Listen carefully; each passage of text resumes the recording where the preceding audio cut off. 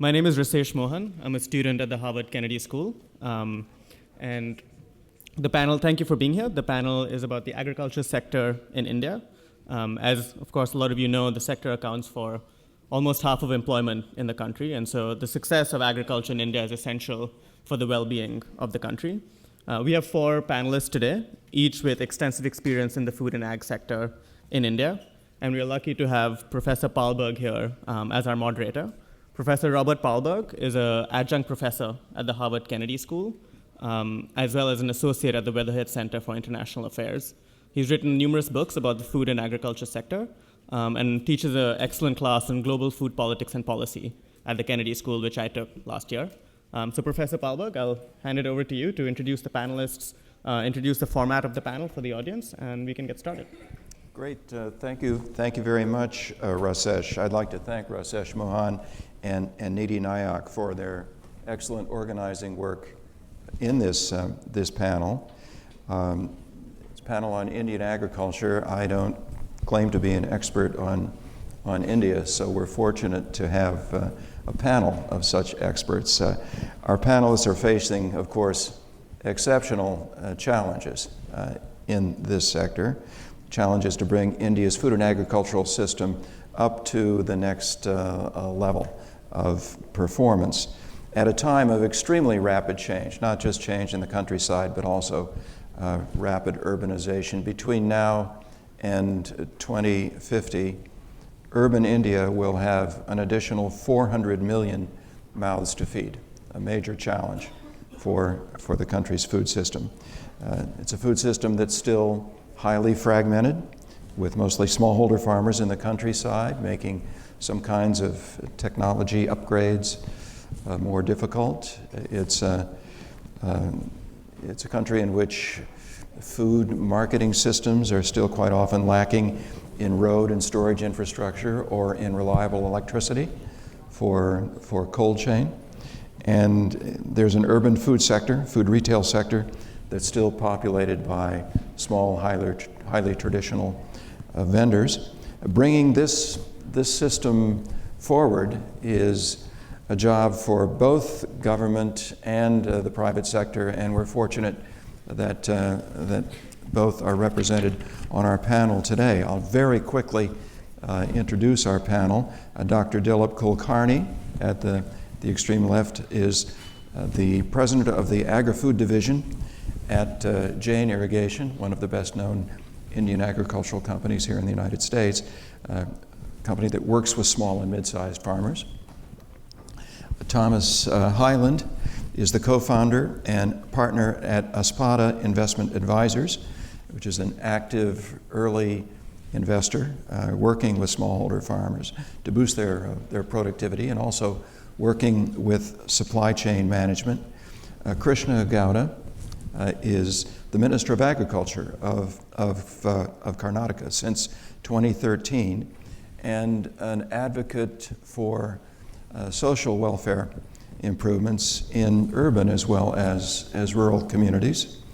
And Dr. Venkat Maroju is the CEO of Source Trace Systems, a leader in developing mobile applications for sustainable agriculture, not just in India, but also in Bangladesh, Costa Rica, and in another developing country, the United States.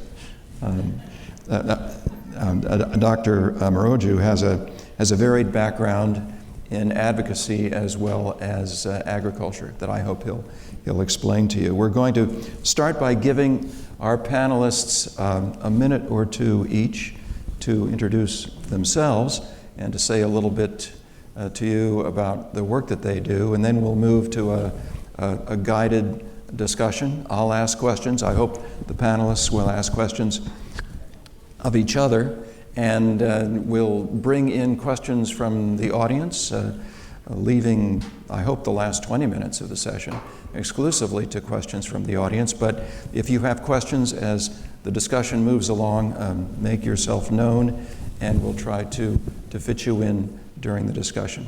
So let's start with the individual introductions with Dr. Kulkarni. I work for Jain Irrigation. It's a company works with complete agri-value chain. Our 70% revenue comes from irrigation, whereas 30% comes from other agriculture products like tissue culture, food processing, solar power, solar pumping systems. We have around 33 manufacturing plants, 15 in India and rest outside India. There are 7 in USA. And we work with small farmers. Most of our clients, like almost 90% farmers, 90% of our clients are small farmers. And there are a lot of challenges which we face when we work with small farmers, particularly country like India where resources, they look more but they are scarce, particularly water. And challenge in future is, we have to produce more from less for more people. Thomas? Thank you. My name is Tom Hyland. I did the opposite, I suspect, of what many in this room did. I actually did my graduate degree in India. I'm a graduate of the Indian School of Business in Hyderabad and have lived in India for about the last 10 years. I help manage 2 early-stage venture funds. One's called the SONG Fund. The other is called Aspada. They do very similar things. SONG is an acronym, actually, for our investors. The S is Soros, as in George Soros' Economic Development Fund. The ON is Omidyar Network, Pierre Omidyar being the founder of eBay and a large private sector and philanthropic funder. And the G is Google.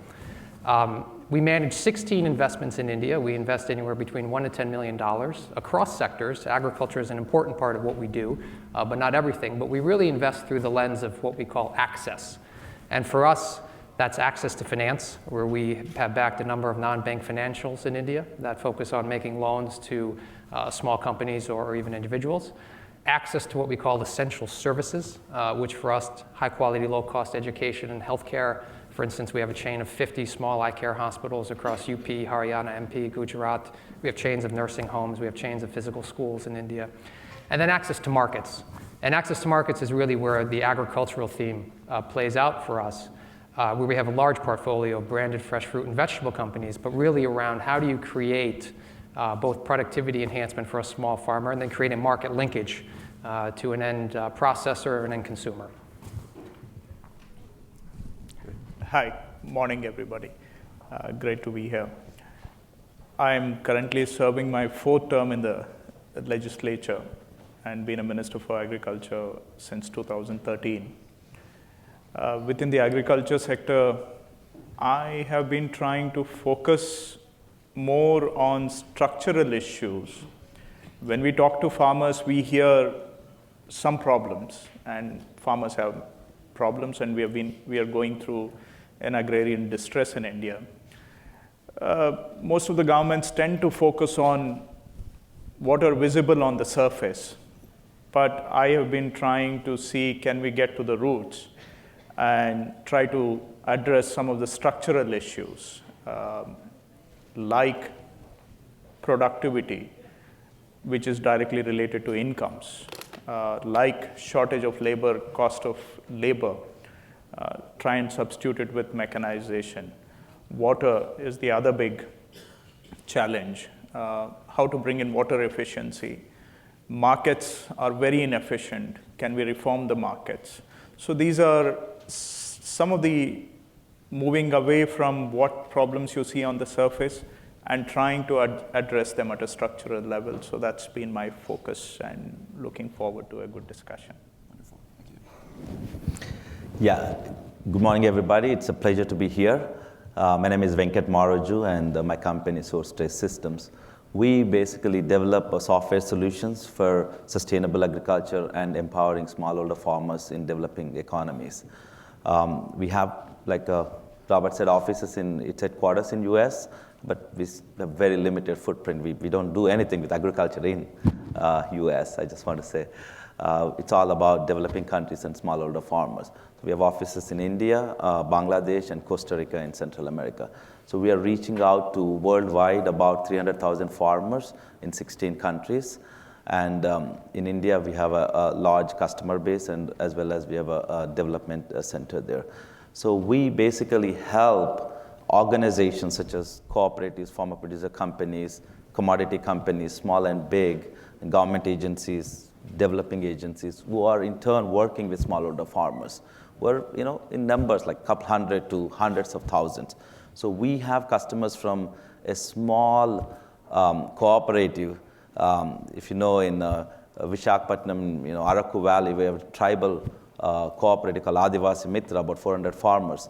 And in Machilipatnam, we are working with Yanadis, if anybody know. These are the crab catchers, one of the marginal people, to all the way to Cargill, which works with us in Ivory Coast for 80,000 farmers.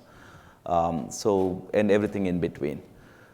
And our solutions are basically help make the smallholder farmer, at the touch point of the smallholder farmers, usually in remote areas, very difficult environments, capture all the interactions with them in order to not only make the supply chain all the way to the farmers, we call that first mile, more transparent, more sustainable, as well as bring some equity and sanity to the supply chain. Thank you. Okay. No, thank you. I'd like to start with a question about technologies. And I'm recalling that 17 years ago, at the beginning of the new millennium, Prime Minister Vajpayee singled out information technology and biotechnology as he called them the two propellers that were going to move India forward, and other knowledge sector approaches. 17 years later, how does that vision look? Has India faithfully followed that course, and with what results? Or in retrospect, should a slightly different vision have been embraced? And I'll start with you, Venkat, because you work in the IT sector. You can certainly speak to that part of it. Yeah. So what I want to say is, yes, we are definitely, the information technology revolution has a profound impact on, the entire world, but also the people at the, bottom of the pyramid. I mean, this technology, mobile, has nothing in the history, no other technology like, electricity, automotive, even the, different drugs. None of them really reached so fast and had such an impact as the mobile technology. So this has been a phenomena in the last 10 years. And you go to a village in India, it's a common to know that if you have 100 people, you ask them how many people have mobiles, probably 95 people left. And if you ask them how many people have latrines in their homes, probably less than 50%. So, I mean, it's ironic, but the thing is, the mobile has penetrated to the level it's really doing wonders. And this digital power that you can carry anywhere in the place, is really touching and making these smallholder, not only smallholder farmers, but of course in general, the people at the bottom of the pyramid, very, very, very interesting applications. I mean, we're just scratching on the surface what we are seeing, but it is going to be the biggest probably change maker in uplifting most of the people at the bottom of the pyramid. Can smallholder farmers who are not yet literate take advantage of this technology? Literacy is a challenge. See, that's why people like us, what we are doing right now is we don't really work with smallholder farmers. Smallholder farmer literacy level is one big issue, and also the smallholder farmer is too small to make any tangible impact. So we need to do some form of aggregation, whether it's done by cooperatives, whether it's by government agencies, whether it's done by a development organization. You aggregate them, and then you provide services which will enhance their livelihoods, and the quality of life. Okay. Tom? Perhaps a digression, but I think it's an important question. That it's probably obvious to everyone in this room that India is not a country of English, right? And actually, if you put together the entire backbone of the internet, less than 1% of the entire content of the internet is in all Indian languages, including Hindi. And so you have about 250 million internet-enabled smartphones in India, growing at 20 million a quarter, but 100 million people that speak English, right? And so the question for us is, what is this other 150, this delta, at about 60 to 80 million that can actually read it? And so, as this technology gets into the hands of more people, and we think of this smartphone as this panacea, for including people into a more formal economy. The truth is, there are a lot of people who actually don't use it for other things other than making calls or WhatsApp groups and so forth. So yes, it's specific to agriculture, and I'll talk about the portfolio. We work with about 25,000 smallholder farmers in India across several different companies and different crop-specific backends. And we're starting to see, obviously, more commerce going on over the phone. Clearly, we have farmers that buy seeds and fertilizers and other kinds of inputs over WhatsApp, for instance. But it's coming, and I think what it throws up in the future, interestingly, is around finance, and even going from individual pricing of risk, right, with what Nandan Nilekani gives a talk about collecting the digital exhaust, right, everything that comes out the phone, and can you actually be suggestive to farmers and the kinds of things they should grow, the kinds of inputs they should use based on weather, based on location. And so that, realistically, is probably a few years off, but it's an exciting thing that we can see coming down the road. Yes, Dylan. Actually, having mobile phone alone is not changing the perspectives in agriculture. The reason being, there are other issues they are involved in, like not having water, not having power supply, not having good quality seeds. The technology may be available, but there is no access to these technologies. Access to finance is a big issue. Using IT to solve these problems has not been very successful. How do we solve through IT these problems? So there are other issues I think Krishna can tell more about because of his experience with farmers. So you can't leapfrog the hard infrastructure step of the process. Yeah, that's true. Yeah. Krishna. Take a slightly different look. So if I understand your poser correctly, Sri Vajpayee said IT and BT are going to be the paths for India in the 21st century. Was that the right thing to do? Right. That was. Well, it was definitely the right thing to do because it has delivered for India. We have had one of the most remarkable socioeconomic changes in the last 15 years. Numbers of people who have moved out of poverty, this kind of number we have never seen. So to that extent, it has delivered for India. But the flip side of that is, by leaving out the other sectors, did we do something wrong there? The kind of focus we put on IT, part of it should have been put on the other. That's a good question. So did we neglect to speak on agriculture, to focus on agriculture? I think that's a very valid question.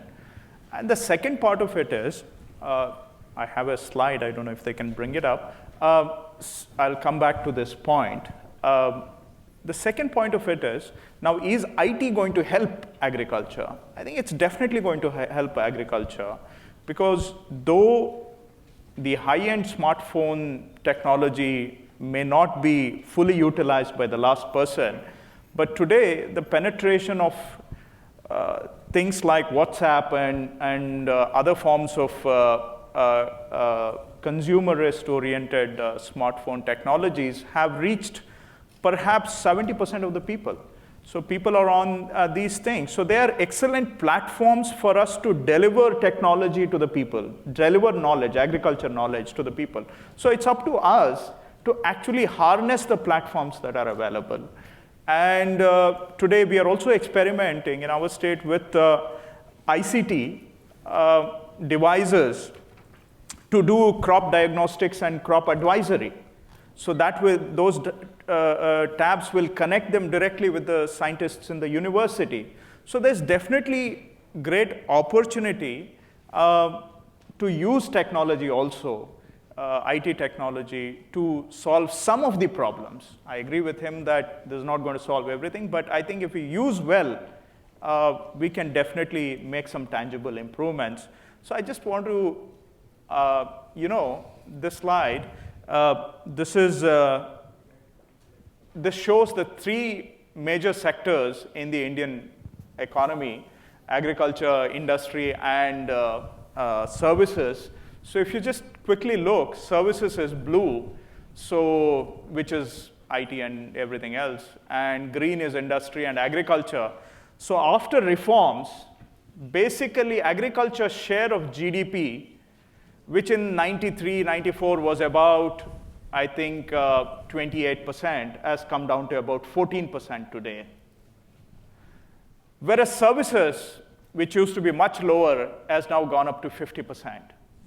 So that has meant real jobs, real livelihood changes, but agriculture perhaps should not have been let go.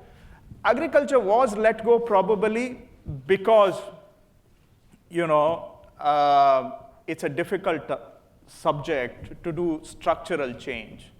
In India, agriculture is mostly you try to make people happy. You don't tackle the real problems. And if you try to tackle real problems, you might get burnt in it. So if you remember, I don't know how many of you remember when the economic reforms process started in 91, for the first 3-4 years, it was vilified. But today we are seeing the benefits of it. So if you want to do the same structural changes in agriculture, it's not going to be very easy. So the backlash will be tremendous. So do we have the will to attempt structural changes which can make the agriculture sector dynamic? So that's the challenge. So I'll just conclude with this other slide. So if you notice, before 91, the correlation between growth in agriculture GDP and the regular GDP was perfect correlation. So after economic reforms in 91, the correlation went haywire. From then on, non-agriculture GDP shot off, agriculture GDP stayed about the same. So if you want to change the scenario, my thinking is that you need similar reforms in agriculture sector. May I add? Yes. A little bit, yeah. Yeah, I agree with Krishna 100%. I mean, this is one of the big issues, post-liberalization, and some of the state governments took it to extreme, and I come from that part of the, country, from Telangana region, which was devastated by wrong policies. Agriculture in our region went negative growth between 1995 to 2005, and that caused tremendous distress and farmer suicides, unprecedented farmer suicides, if you add Telangana and Vidarbha region. Of course, that resulted in a large political struggle and, for a new state and things like that. I've been actually a part of this for a long 15 years. In my previous life, I was a mechanical engineer, worked for auto industry 15 years. My last job was at Bose Corporation right outside the city. And I made a change by looking at the plight of the farmers. I learned a lot about agriculture, and I made a hard shift in 2009. So I completely agree. I think we overdid it in some of the states, and I think there's some sanity now to all the state governments and central government to focus on agriculture. So even though the percentage of GDP is shrinking every year, but the number of people depending on agriculture livelihood is still a large number, 60 to 65%. So that is the big challenge. And 100% with Krishna, there's a tremendous need for structural reforms and bring some, of course, agriculture cannot support these many people. That's another thing. So as a country, we have to bring more and more service sector, manufacturing sector, go to higher productivity levels, while, still trying to strengthen agriculture and increasing the incomes. So just want to say that. Thanks very much for mentioning. Just put a number on that. Yeah. Yes. So it's agriculture share in GDP is 14%, whereas people living on that 14% is 50-55%. Yeah. Right. So 14% of the pie is being shared by 50% of the people. Right. So that structurally can't hold up. Yeah. Well, let me ask a slightly different question about the vision or the path that Indian agricultural experts might aspire to follow. When we look for examples of success in boosting the productivity of smallholder farmers in Asia, some observers in the United States might point to China. They might say, well, there's a there's a China model that from which Indian experts might be able to learn, and they could include heavy investments in rural infrastructure, in roads and power. They might include clear land rights for smallholder farmers, including more liberal options for land rental. They might include an openness toward foreign direct investment in the multi-brand retail sector. They might say, China's done these things and with considerable success. Are there things that India can learn from China's success? Are there steps China has taken that India knows better than to try to follow? How would you manage the comparison between India and China when it comes to boosting the productivity of smallholder farmers? I think what is happening in India is most of the young population is not going in agriculture. This is a big issue. The second problem in India is, misuse of water. 82% of the water available goes for agriculture. And today water use efficiency is hardly 25 to 30% in agriculture. So 75% of the water which is being used in agriculture is actually not used in. So it goes waste. So proper use of resources is one of the important things which is not happening. Again, productivity increase alone is not enough. We have seen in pockets where productivity has increased, there is no access to market, and so prices fall. So there has to be a parallel development of upliftment, use of these additional surpluses which happen. Like in case of tomatoes in Karnataka, farmers have thrown on road because there is no market, because prices have fallen because of heavy production. Unless there is some processing industry involved and they lift the surplus and preserve it and use it, then perhaps there is some solution to it. So working on complete agri-value chain is perhaps more important. And how do we attract young people in that? What will happen after 20 years? Today the farmer's average age is more than 45. After 20 years, I don't think the young people are going to farming again if the current situation remains. Unless you attract them, make it more high-tech, make it more productive, make it more commercial. I think unless and until that happens, is really difficult challenge to face. Can I jump in?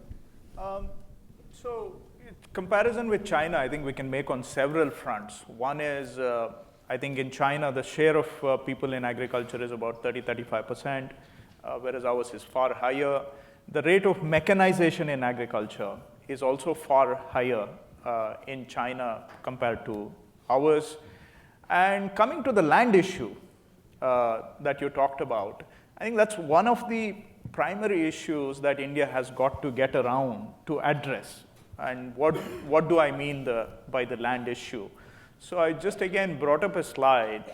The average holding size of Indian farmer used to be 2.28 hectares, has now come down to 1.15 hectares. So 1 hectare is 2.5 acres, so you're talking about 3 acres holding. That's the average Indian holding. And if you see the next slide, number of small and marginal holdings, and by small, it is less than, marginal is less than 1 hectare and anything less than 2 hectares. 85% of Indian land holdings are less than 2 hectares. So at that scale, when the farm size is so small, how can you make the necessary investments? How can you adopt the necessary technologies? And how can you achieve good productivity when your holding size is so small? So I think this is in my view, this is the primary structural factor holding us back. So I'm not suggesting that we should somehow get rid of small and marginal farmers, but the operating holding size has to be somewhere around 5 acres at least. 5 acres is not asking for big. I think in America, 1,000 acres is considered as small. So I'm suggesting that for Indian agriculture to be viable, the operating land holding size should be around 5 acres. So how do we get there? So that's again the point you made. I think that talks about basically land leasing. India went through in the 70s the land reform process, which was against the idea of leasing and tenancy. But I think time has now come for us to look at it again. But of course, today's situation is different. And legalize land leasing.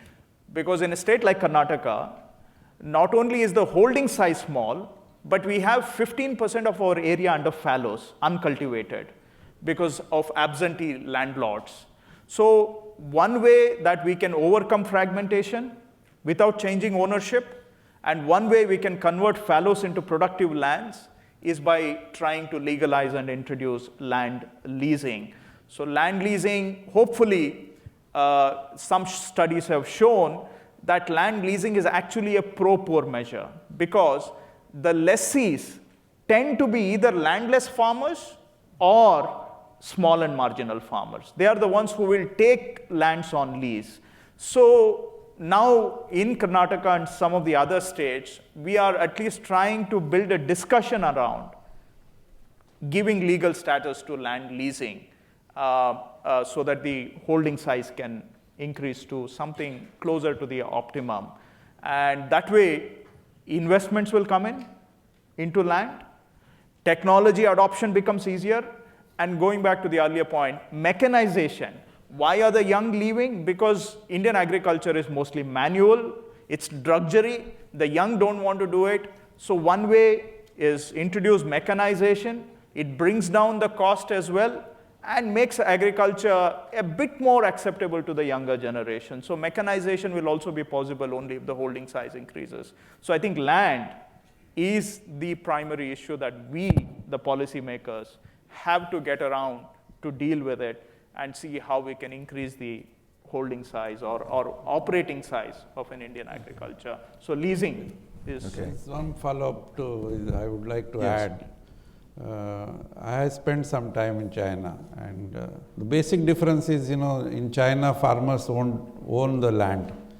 They don't own the land. The land belongs to government. So there is no emotional attachment.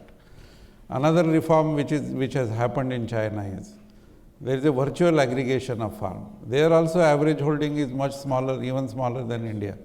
But there is a virtual aggregation, like large industries, they take land on lease from the farmer, they give lease rent and employ the farmer on the same field. So they get double benefit. So that is how their income has increased. So I think such kind of models in some of the pockets in India could be applied. Tom? Yeah, I mean, and this land issue is actually critical to us as a foreign direct investor, right? I mean, despite the whole team being in India and all we do is invest in India, our money comes from outside of India. So we're actually incredibly restricted with what we can do. I think as Sri Krishna said, right? In the US, a small farm is 1,000 acres, but we operate, I'll specifically talk about where our companies are, because you'll have an appreciation of the geographies, right? We have a very large fresh fruit and vegetable business in the Nilgiris in Uti. We have a big apple business in Himachal. We have an orange business in Nagpur. We operate in Kinnus, which is like a clementine or a mandarin in Punjab. We're the largest exporter of pomegranates in India, and we have a pineapple and a banana business, right? Across multiple geographies. We also have a big potato supply chain company that supplies Haldirams and many other snack makers as well. These are all very different crop-specific backends, but the model is actually very similar, right? Because we don't aggregate land, what we do is we work with small cooperatives or FPOs, or we form producer companies. As Dilip said, things like seed replacement in India is incredibly low. right? So there, no pun intended, but there's some low-hanging fruit where you can try to actually increase productivity through better inputs, offering finance. We help the farmers grow. Generally, we aggregate from them, right? So they're not necessarily selling in the mandi, right? But this, importantly, we create the market linkage, where our companies will go out and find either the end processor, again, someone like a Haldiram's or a Frito-Lay, or an end consumer. And what we've done in our companies is that we're started to create branded fresh fruit and vegetable brands, right, where we're selling into major modern trade and retail, which is only about 5% of the market in India, but certainly in the urban centers, there's demand for it. But back to bringing people into this sector, this is an incredibly difficult execution market, right? And the kinds of entrepreneurs we backed are those that have come from years and years of experience, and I think it requires a certain type of grit to understand both working with farmers and obviously working across that value chain. And I agree, it's not something that technology can solve. I mean, India broadly is an execution market. And these are difficult to build, right? And require time and patience, and quite frankly, require the kind of capital that most venture private equity investors don't have, because these are very long-haul infrastructure kinds of businesses. Can I ask him a question? Yeah. So it's not, as an investor, it's not just dealing with small farmers, I suppose. I'm sure you have, or I'm guessing here, but I want to know from your experience. I'm sure a lot of the ideas that you want farmers to adopt, technologies, are difficult because of the smallness or the marginal size of the holding, isn't it? Clearly. It could be seed replacement, it could be any other technology, micro irrigation, and everything. If the holding is like 2 acres, many of the recommendations you make to farmers who are working with you are perhaps not feasible because they're so small and marginal. That's right. So it's technology. And you know our company, EM3, Yeah. and that's an example. We have, outside of the value chain, we also have another company that works primarily in MP at the moment, which I'll give you the thought is to some degree a shared mechanized equipment company. You could think of it as the Ola or Uber for tractors, right? And informal tractor leasing has gone on in India for a long time. Certainly there are larger tracts in Punjab where you see that.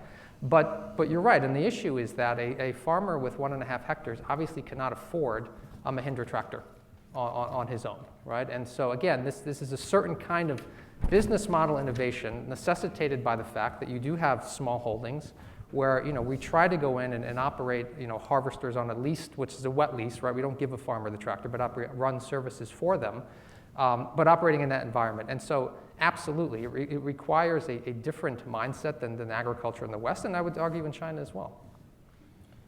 May I add, the landholding size and the size of the smallholder is a very big challenge.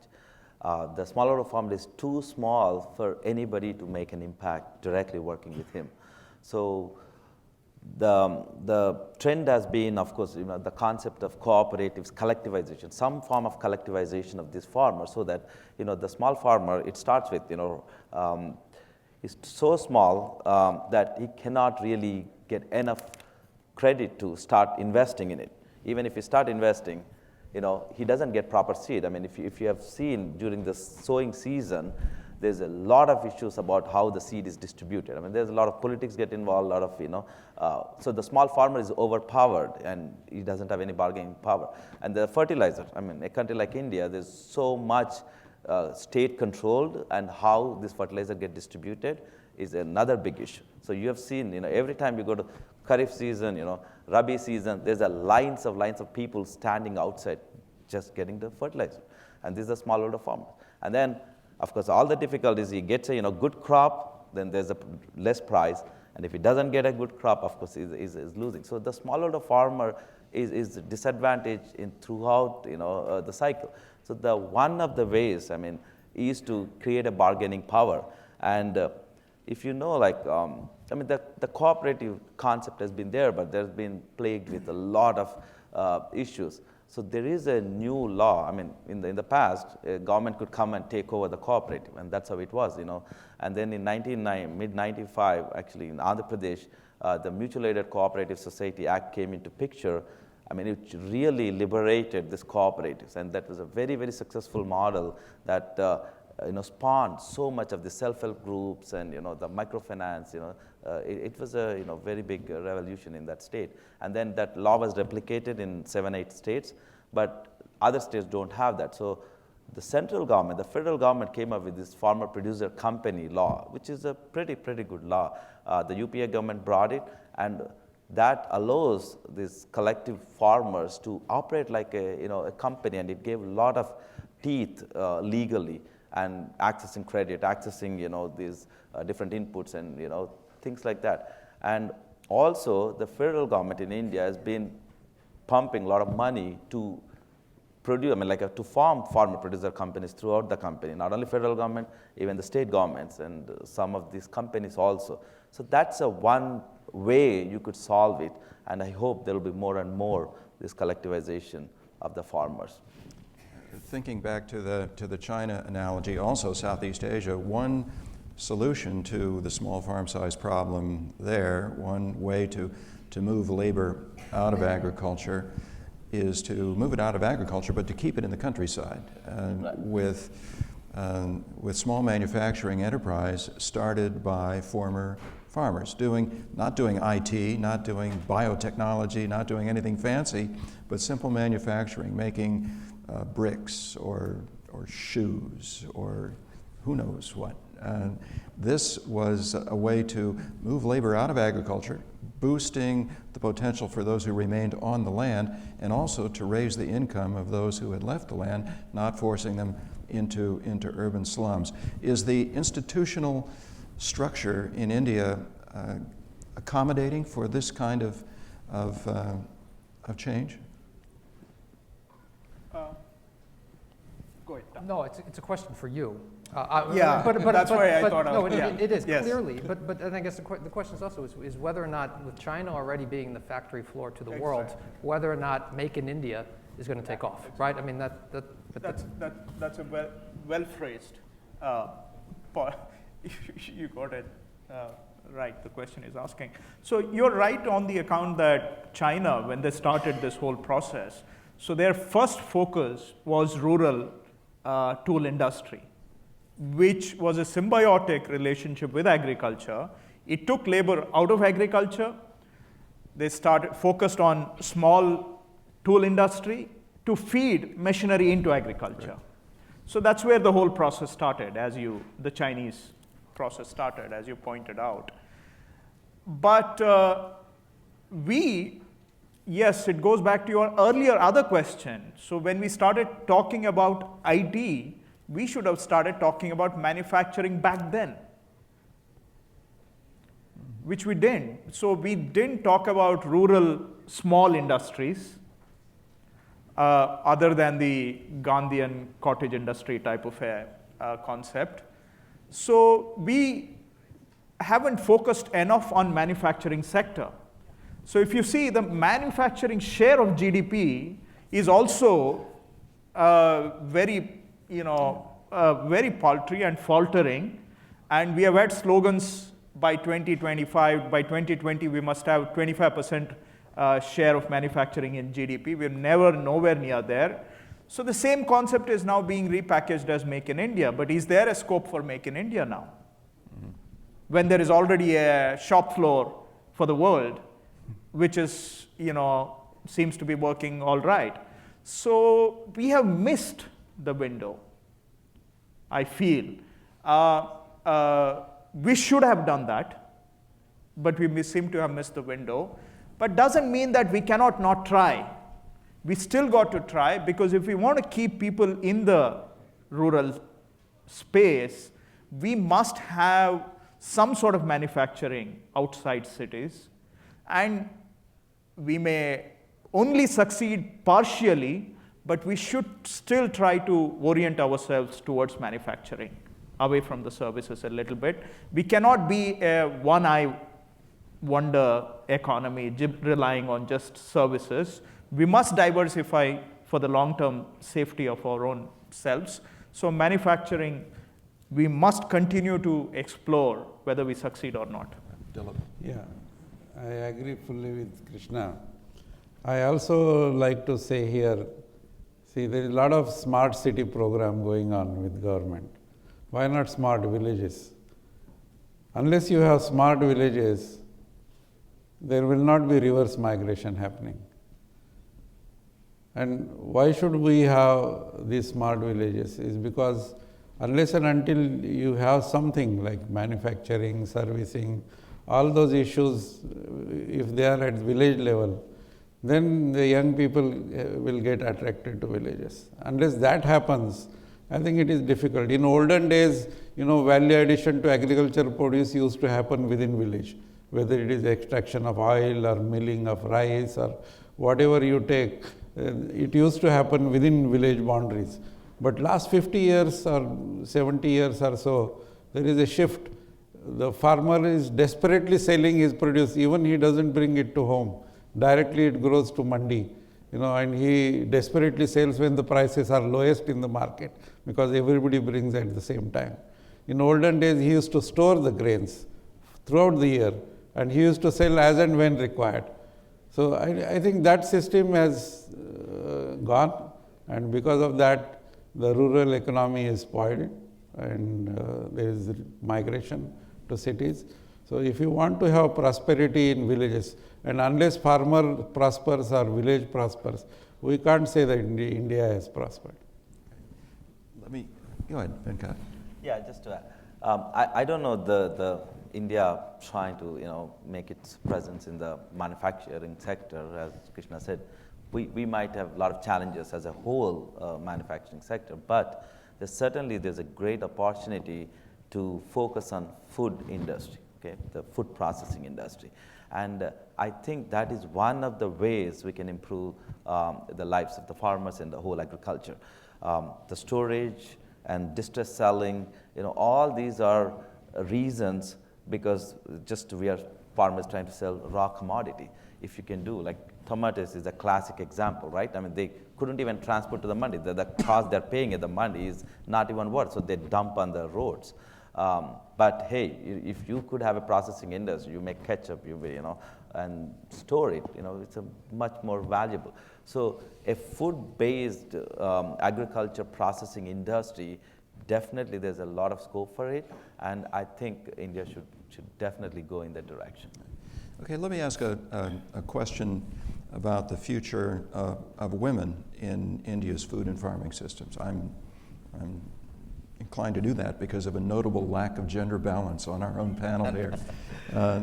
Women make up about 1/3 of all cultivators in India, and some people say close to half of all agricultural laborers, and yet in terms of pay and land rights and often representation in farmers' organizations, they lag behind, and this has to be one reason for lagging productivity growth in the sector. What's the proper response? Is it a response that will come from the private sector or from philanthropy and NGOs, or does it have to be a response that comes from the public sector, either at the state level, the local level, or from the center? That's in general, like the gender issue is a big issue in India. So socially, there's a lot of we need to advance to much higher levels to get some meaningful gender equality in all spheres of our national nation building. But I'll tell you some very interesting things that are happening.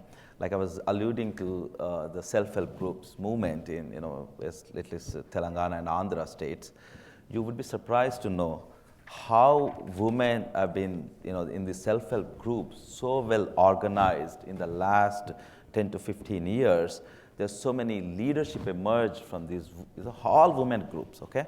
And throughout these two states, every village has multiple self-help groups, to the fact that today, I know we are just, there was a harvest season and people are actually selling and procuring. The self-help groups have been, government has given them contract to procure from the farmers. It's all women owned. They procure, and of course they procure for the government on behalf of them, and then they get a service fee. And it's all women self-help groups are doing this. So that change is happening, but actually I feel there's much more change happening at the bottom to the, at a higher level. But it is happening, and I hope it will only accelerate into other states. Yeah. Okay. Try and make a quick comment. So the actually women's contribution to Indian agriculture is probably far more than, in fact, what is recognized. Because in terms of human resource dedicated, you may have the same number of men and women there. But if you actually see who are the ones on the field, it's mostly women. So I come from a region which is focused on sericulture, silk cocoon production, and milk. So we are the silk and milk part of my state. And both industries survive, both of these activities survive because of women. If not for them, we would not be a player in both these activities. And men are definitely involved. When the cocoon needs to be taken to the market, that's when you will find the men. And when the 15-day payment for the milk comes, the man goes to collect it. So yes, men have that role, but actually the production is mostly women. So having said that, now the question is, how do we recognize it in a proper institutional framework? I think that's the larger challenge, which we are all going through in India, to recognize the contribution of women at every level. Governments are responding in their own ways, dedicating that some of the government welfare benefits will go to only women. That's one way that we are experimenting. For example, if you talk about dairy sector, government gives some assistance for dairy farmers, so we are trying to see if all those can be targeted towards women so that it's better utilized also. So I think it's a larger challenge which we need to find ways, and it's also a social issue. So the fact is being at least acknowledged and discussed. Let me ask one more question before we turn it over to Q&A from the floor. A selfish question, a Harvard question. There are a number of Indian students studying at Harvard who would like to play a leadership role in agriculture in India. What skills should they be developing? What contacts should they be nurturing? What strategies should they consider? A number of you have experience studying in the United States, and you've found important visible roles in India. What advice would you give to Harvard Kennedy School students or Harvard College students today who wanted to work in agriculture? Well, I think, again, it's a sector that obviously cannot be ignored, and I am hungry to find more teams to back in agriculture. And as I mentioned earlier, the average age of our entrepreneurs is probably 45. I mean, they're older, because when we look at the models we think will succeed in agriculture in India, they're not the ones that come along with the technology solution that's going to solve everything. So I'll give you an example of the kinds. I see lots of deals doing one of two things. One is actually trying to create a platform or a linkage between what ends up actually being the Mundi and an end consumer, right? So not all that interesting. We think actually if you want to build a valuable brand in F&V in India, you have to go all the way back and go back to the farmer and get them more productive, especially when you're dealing with things that are aesthetically good looking and you're trying to charge a premium, right? You need quality of supply. And so I think if you're really dedicated to agriculture in India, and it's probably not lost to a lot of people in this room, right? I think it requires you to go see if Dilip will hire you and actually work out, deeply, or find a job with ITC or something like that, and actually gain real on-the-ground experience and understand how these supply chains work, understand how you interact with small farmers, understand how the cold chain and the warehousing sectors work as well. So again, I think it's heavy-duty execution that you should be ready for. Yeah, I myself made a big switch from the corporate jobs here and went and actually, before this venture, I worked in India on the ground trying to build a cooperative like for-profit enterprise working with small farmers. And I started with the seed production and had a lot of challenges. I mean, it's a time one day for writing a book. But one thing I can tell you is there's so many inefficiencies in the entire agriculture value chain in developing countries, okay? Not just India, in other places. And as you know, in a business, in a school terminology, each inefficiency presents a very, very good opportunity for creating a new business model, okay? So that way, there are so many things that are, agriculture as a whole and food as a whole offers opportunity for entrepreneurship. And I would highly encourage, all of you to look at that. I mean, things like, just a credit, giving financing to the smallholder farm. The agriculture needs so much more credit than what is available. Food processing industry, doing retailing improperly, trying to provide equipment, mechanization, digitization, trying to bring new type of, seeds. I mean, so many opportunities are in this vast thing. But I also want to caution, you need extremely passionate about this subject. It's not easy.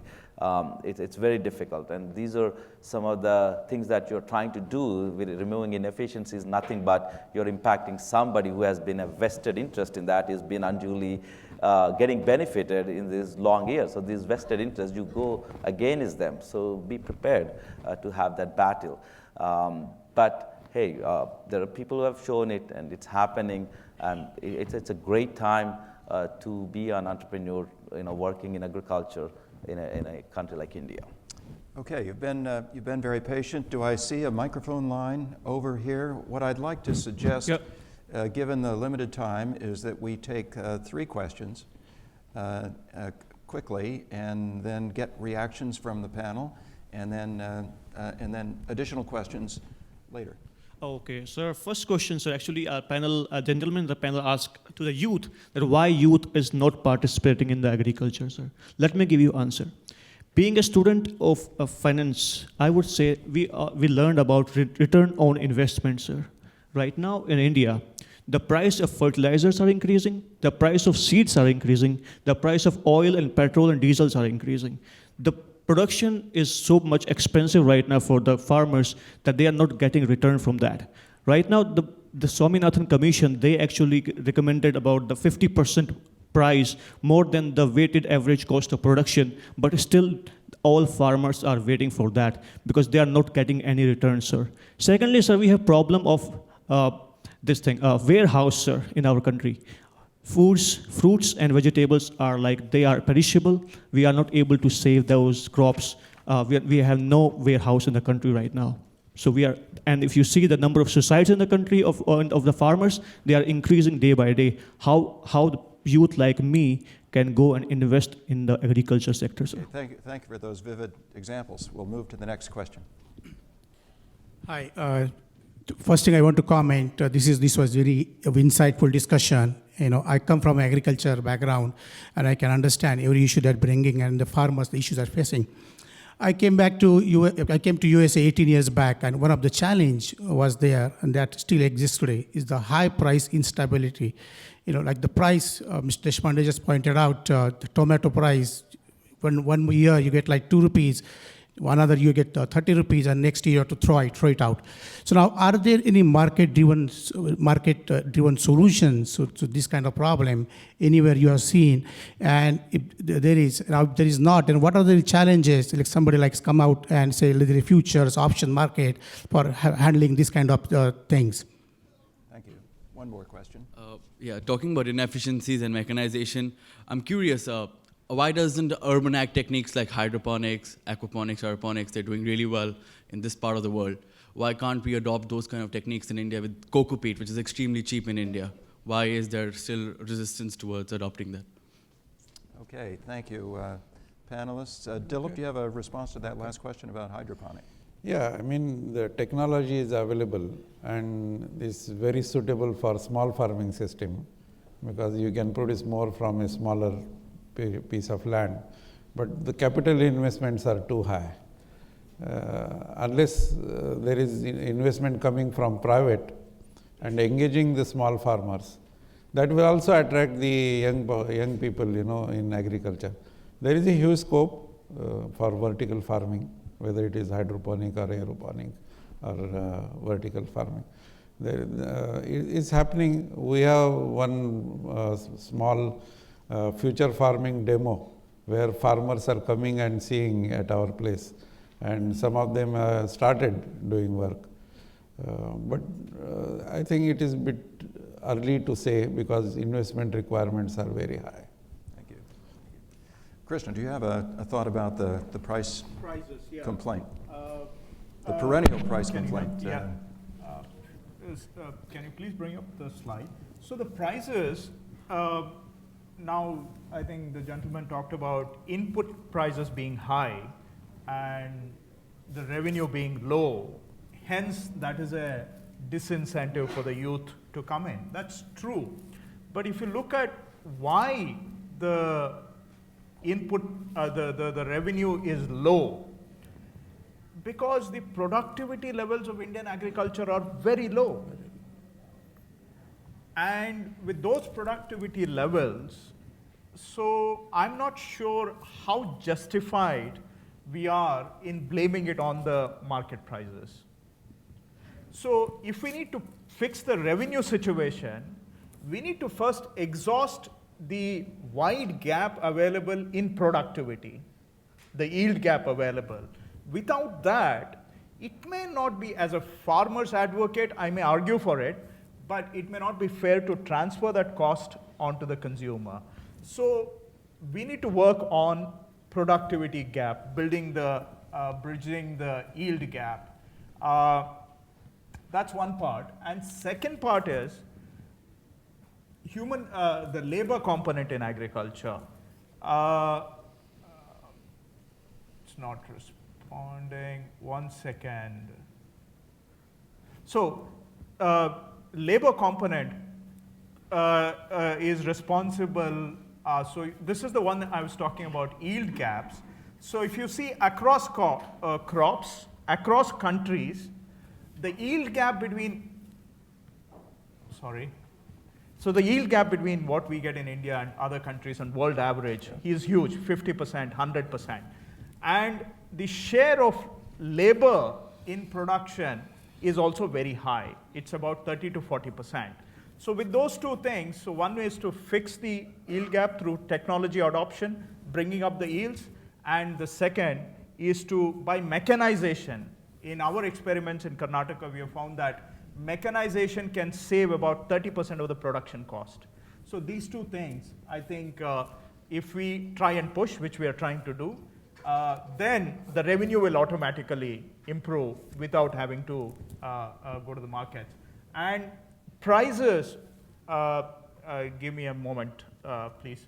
The price one, I think ultimately the stability in the agriculture marketing depends on having a sufficient number of organized retailers in the market. Right now it is very ad hoc, very unpredictable. Tomatoes, we all talk about getting dumped on the road, but tomatoes also sell for 20, 30 rupees a kilo at some point. So the variations is playing havoc. And if you want stability in that, we need organized retail to come in. So they have started, but we need to encourage more and more. And we actually need to also permit FDI, which we have been holding up in organized retail in India. So I think if we encourage more and more organized retail, the agriculture marketing scenario will also improve and farmers will get better revenues. Okay, Tom, you have a Could I- quick well, I'd just like comment to- before we go back to questions. I'd just like to ask a follow-up question, actually, Okay. on that, because we talked about FDI and retail, and you talked about land. I'm curious also about the role of MSP in the market, because only 5% of the gross crop land in India is fruit and vegetable, and over 51% of it is pulses, right? And so, as we think about consumer changing preferences or promoting canning and food processing, are we growing the right things, right, in order to encourage that development? Right things as in right crops or the The right right- varieties? Both. I mean, when you have So my sense is that, at least from my experience, if I were to speak, if there is one thing that the farmers respond to very well, it's definitely not the government. If farmers respond to anything well, that is to the markets. So if they see a demand, that's what they follow. So why does the glut happen? Because they take the message from the market where the tomato prices are high, so everybody goes in for tomato cultivation. So then the glut happens. So, for example, pulses. Last year, the pulse prices were very high, so the farmers took to pulses this year. The area went up by 40%. Today, pulse prices have crashed. So farmers respond to markets very well, whether it could be crops or varieties. So if there is a market pull, farmers will follow it. So the pull depends on enough organized retail space being available to create a critical mass. So I think that happens, then food processing becomes easier and farmers will respond to that. So that's the chain that I'm referring to. I think that will help change farmers' behavior as well. I don't know if I answered your question. So we're almost out of time, but people have been very patient. So let's take 3 questions or comments, and perhaps you can then speak with the panelists after the session ends. But 3 quick comments or questions. Hello everyone. My question is this: like Krishnaji mentioned that average holding is decreased over the years. What conditions made average holding site to decrease over the years? Farmers are finding it very difficult, to find the capital, to put the capital for such a small site. How can they afford for the if they lease the land? I think all these technologies, all these software interference or like irrigation systems are making, are converting the cultivators into agricultural laborers. I want to hear your comment over it. So all these technologies are making the cultivators to stop cultivation and becoming agricultural laborers. Thank you. Actually, there's someone who's been waiting up here. I didn't realize there was a microphone on the second floor. So you can jump the line. Thank you very much. My name is Rahul. My question is about food scarcity. Do you think countries will go to war on food scarcity? There are global food walls in Norway and in other places. And how is India and other countries positioned in such a scenario? Thank you. And one more question here then. I'm sure that you all are aware of how Indian agriculture is badly affected by droughts and floods. What are the efficient ways to tackle them, like water harvesting, digging up wells, etc., and irrigation infrastructure development for long-term benefits, etc.? Any quick responses to these questions? To the first 2, one is why are the holdings getting smaller? It's just generation to generation.